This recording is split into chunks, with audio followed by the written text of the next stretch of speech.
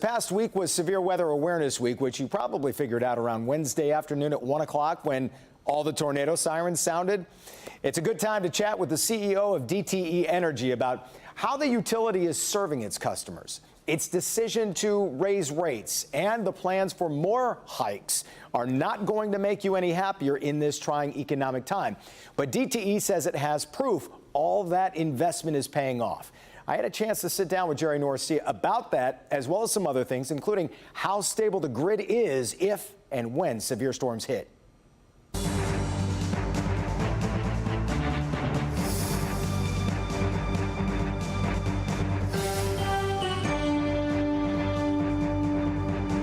And here we are with the CEO of DTE, Jerry Norcia. And my first question is always, how is the grid these days? And I can't help but look behind us. Just walk me through what we're looking at back Sure. here. So this is our System Operations Center that we built in the late sort of 18, 19 through 2020. And then in 2022, we fully commissioned it. And our team moved in here. And this is a state-of-the-art building. And really, it was in preparation to fully automate our grid. We needed this building and all the control systems that are in this building in order to automate the grid so we can operate the grid from this location. So we can isolate outages, pinpoint outages, get to the outages faster, and then restore power as quickly as possible. So this is going to make a fundamental difference. It already has made a fundamental difference in how we're restoring power and how quickly we can restore power, because our controllers, system operators, which you met a few of them, can quickly diagnose, assess, and then give commands to the system, and also make it safe for our line workers who are in the field working to repair the damage. This was up and running in 23, which was a rough year. 2020, yes, it was in 23, so, yes. How did you get some real-time evidence that this was making a difference, even though I know customers were very frustrated that year? We did, and we were early on an automation journey in 2023, but we're far advanced just even 2 years later, and in 3 or 4 years we'll be completely automated. You know, as weather has gotten worse and worse in the state, you know, and it's attacking an older grid, we've had to do two things. One is we've had to fundamentally accelerate our journey towards modernization, but we really put a ramp up on automation, because what automation does is well, 60 to 70% of our outages are tree related, and I'll talk about our tree trimming program, but what this site does for us and the devices that we're putting on the field that report back here, we can isolate the outage immediately and restore all the customers on the other side of the outage. So we can restore 80% of the customers in minutes, sometimes seconds, versus having to wait an entire day to restore the other 80% of the customers. You kind of talk a little bit about the investment of this, and going back to 2015 and 19, there was $775 million investment, and in the last few years, several more, and there's more rate increases on the way.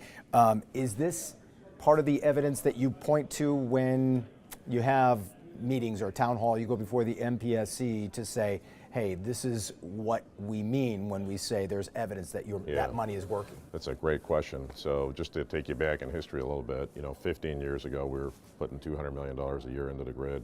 10 years ago, we ramped that up to $700 million a year. In the last 5 years, we've put $1.5 billion a year into the grid, and over the next 5 years, we're going to ramp that again to $2 billion a year. And just to say, what's the evidence? I just got a few fun facts for you. So, in the last 5 years, we replaced 100,000 poles, which is about 10% of the poles on the system. We've replaced 60,000 transformers, which is about 15% of our transformers, and we've replaced 5,000 miles of wire. So it just gives you a feel, some tangible evidence of the work that we're doing. And then if you ask, well, what is this doing for the grid? You know, we've seen just year over year about a 70% reduction in the duration of outages. And that's fundamentally driven by the investments that we're making that are starting to pay off, as well as, you know, last year we had a little less inclement weather. But even like last weekend, you know, we had 60-mile-an-hour winds at Metro Airport. And, you know, in 5-7 years ago, that would have been a 40,000 customer event, and we saw a very small fraction of that, and it was a non-event, essentially. We restored most of our customers in 2 or 3 hours, the ones that did go out. So we're starting to see a difference, a big difference. You still get pushback, obviously, when you talk about investments, or as a customer might call it, a rate hike, including from always the Attorney General keeping an eye on it and pushes back. Why do you think when you point to statistics like that, and obviously it sounds like you want to make more investments, which means more rate hikes, why do you think you get that resistance? Is it simply that people just don't want to pay more right now? Well, let me speak to the facts, first of all. So if you look at our bills that our customer paid in 2020, 2021, and the bills that they're paying this year, it's approximately 2% higher, which is about $20 a year in total, $2 a month. Still a lot of money for some people, and I'll talk a bit about that. But you know, inflation generally has been about 20% in this country or more since over that same period. Which makes it hurt even more. Yeah, so you know, our superior cost management and the fact that we can operate our generation facilities completely has almost offset all of the rate increases, because we've had a reduction in fuel costs on customers' bills, and a reduction, and the fact that we're selling excess power onto the grid, all of that flows directly back to the customer. That's completely offset, you know, essentially offset the bill increases we've had over the last 5 years. So we got to talk about both, right? I think some of our people that, you know, and I think, you know, there's a lot of constituents that are doing their job, and they should, to try and keep bill increases as low as possible, and we want that too. But we also have to recognize that we've kept bills relatively flat over the last 5 years. And you mentioned last year, a relatively quiet year. The year before, obviously, was bad enough where even Ann Arbor was talking about exploring opportunities to start its own power grid, which I think has kind of fallen by the wayside a little bit. But going into a year like this, how important is this year when you look at, and you kind of mentioned, when weather hits, it hits a little harder than it used to. It does, and so two things are working to our customers' favor here. One is the level of investment, and when we invest, it works. You know, when we rebuild entire circuits, you know, we'll see an 80–90% reduction in outages, and so that investment is fundamental. And I give you lots of examples in Detroit, like Corktown and other areas of Detroit where we've made these investments, and across the whole service territory that we serve.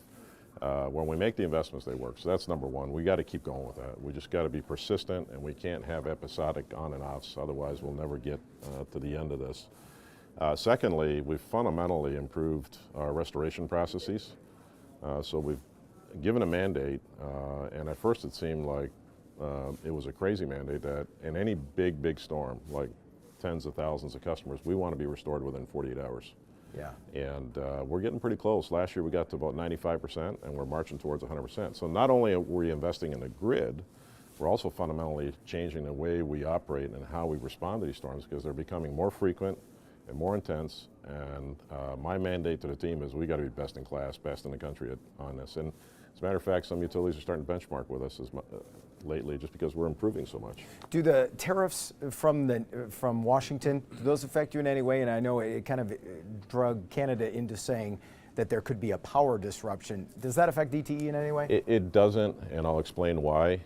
When we built our generation facilities, the equipment that produces power, all our power plants, we're self-sufficient, and actually on most days we're exporting power on the grid to our neighboring states and sometimes even to Canada. So from a DTE perspective, we're extremely well positioned. And as a matter of fact, the fact that we're able to export power, all the proceeds from that, as I was describing before, go right back to the customer. So when we sell excess power, we flow all those proceeds go right back to the customer, and that helps lower bills.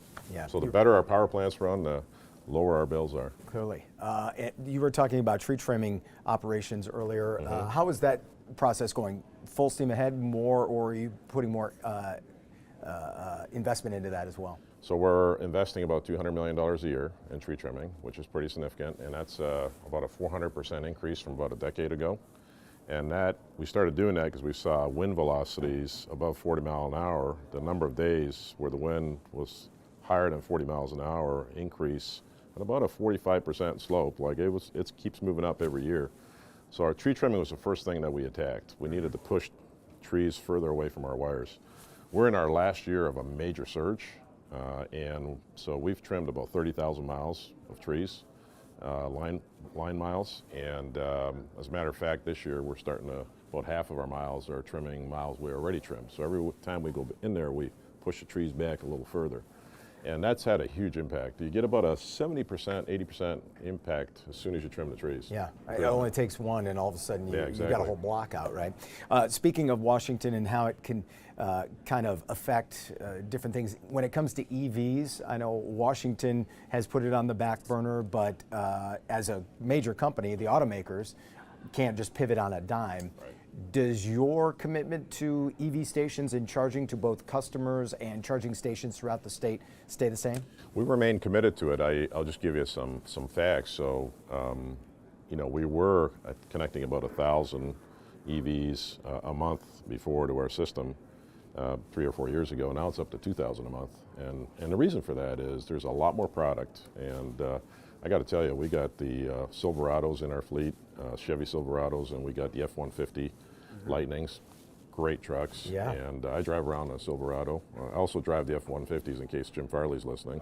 And they're great vehicles. Both companies are making great EVs, and it's really consumer preference. But if you drive one, you'll love it. I mean, they are so quiet, and you charge up for 80 cents a gallon on DTE, so works out pretty good. I got 1 minute. I'll let you go on this, and I can't help but always think the town halls that we saw in 2023. You heard a lot of harsh criticism. Do you keep that in mind as you go forward? Maybe you had a quiet year last year, but what do you take away from that? What do you keep in mind as you go forward as a company?